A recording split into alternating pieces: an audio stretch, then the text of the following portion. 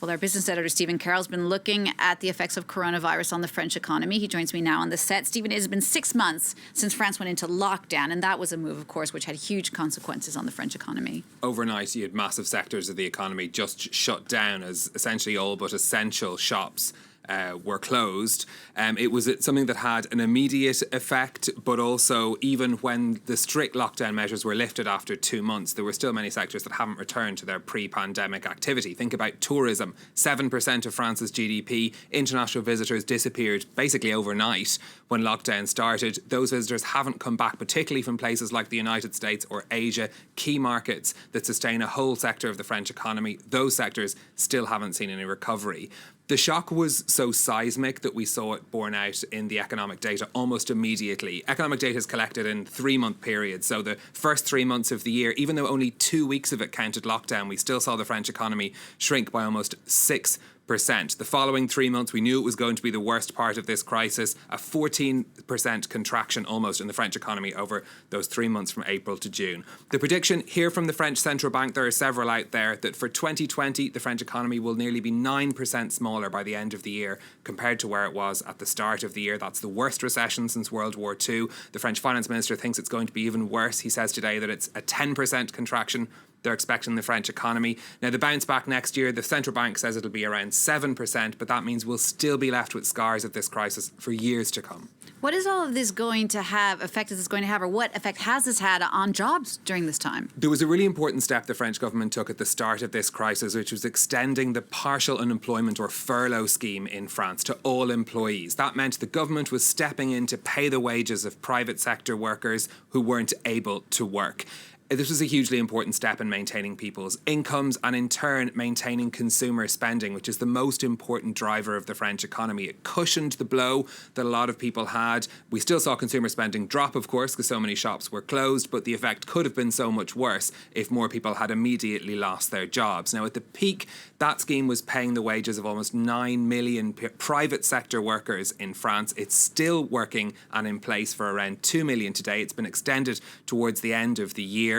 That coming at a huge cost, more than 30 billion euros being spent by the French government on that programme. And the key question is how effective has that programme been in actually saving jobs? For the most part, it did its job. It kept people in employment, even if they weren't actually working. For the period those companies were closed until they were able to get back to work. There were still jobs lost over this period, 650,000 of them in the first 6 months of this year. The French National Statistics Office expects the unemployment rate to rise to 9.5% by the end of the year. It's currently just over 7%. And the French Central Bank, again, sees that unemployment rate rising further next year to over 11%. Just telling us that things are going to get worse before they get better. Now, one of the sectors, of course, worst affected by the pandemic has been air travel. In France, it's raising questions about a new tax on the industry. The government's examining a proposal to dramatically increase an environmental levy on flights. It's divided opinions among ministers here who fear that a big tax increase would hurt a sector that's already in crisis. Catherine Viette has the story. For a sector already battered by the pandemic, another worry, France's eco-tax. Earlier this year, the Citizens' Convention on Climate proposed a drastic increase to the current amount. Now set at €50 for flights less than 2,000 kilometers, it could go up to €30. While on long-haul flights, the change would be from €3 to €60. That's an increase of 1,900%. It's a proposal that's divided the government. L'objectif collectif, c'est de faire en sorte que l'aérien se verdisse. C'est pas d'achever un secteur qui est déjà à terre et par ailleurs de rendre ce mode de transport accessible qu'aux riches. C'est pas ça l'objet. France's environment minister wants the debate to go forward. Il donne son avis, sauf qu'à la fin, c'est la concertation qui va aboutir à un projet de loi. Voilà, il a le droit d'avoir son opinion.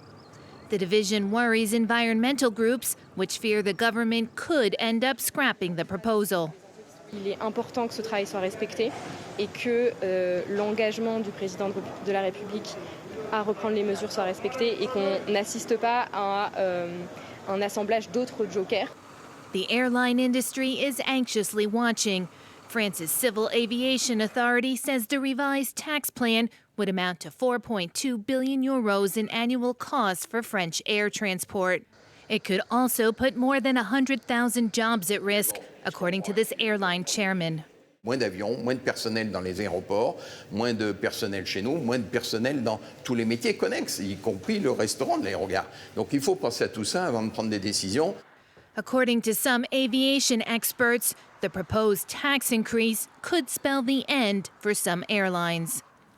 Staying in France, the finance minister says the government will fight the decision by tyre maker Bridgestone to close its factory in Béthune in the north of the country. Bruno Le Maire told French television the move to shut the factory was revolting. More than 860 people work at the plant. Bridgestone is closing it down because of a drop in demand for its tyres. Another big story in the business world, Steve, and TikTok's troubles in the United States, but they might not be over despite that big deal on the table with software giant Oracle. President Trump is due to be briefed on this later. He's already said that he doesn't like that the US operations of the video sharing app aren't being sold entirely to Oracle. The current proposal on the table would see the American firm take a minority stake in the new TikTok global company, which would still have China's ByteDance as its majority shareholder. Trump originally set a deadline of this Sunday for TikTok's US operations to be sold or risk the app being banned.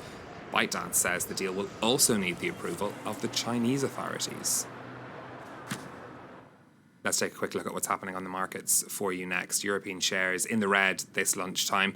That's after the Federal Reserve's statement that it would keep interest rates low until 2023 seems to have disappointed investors.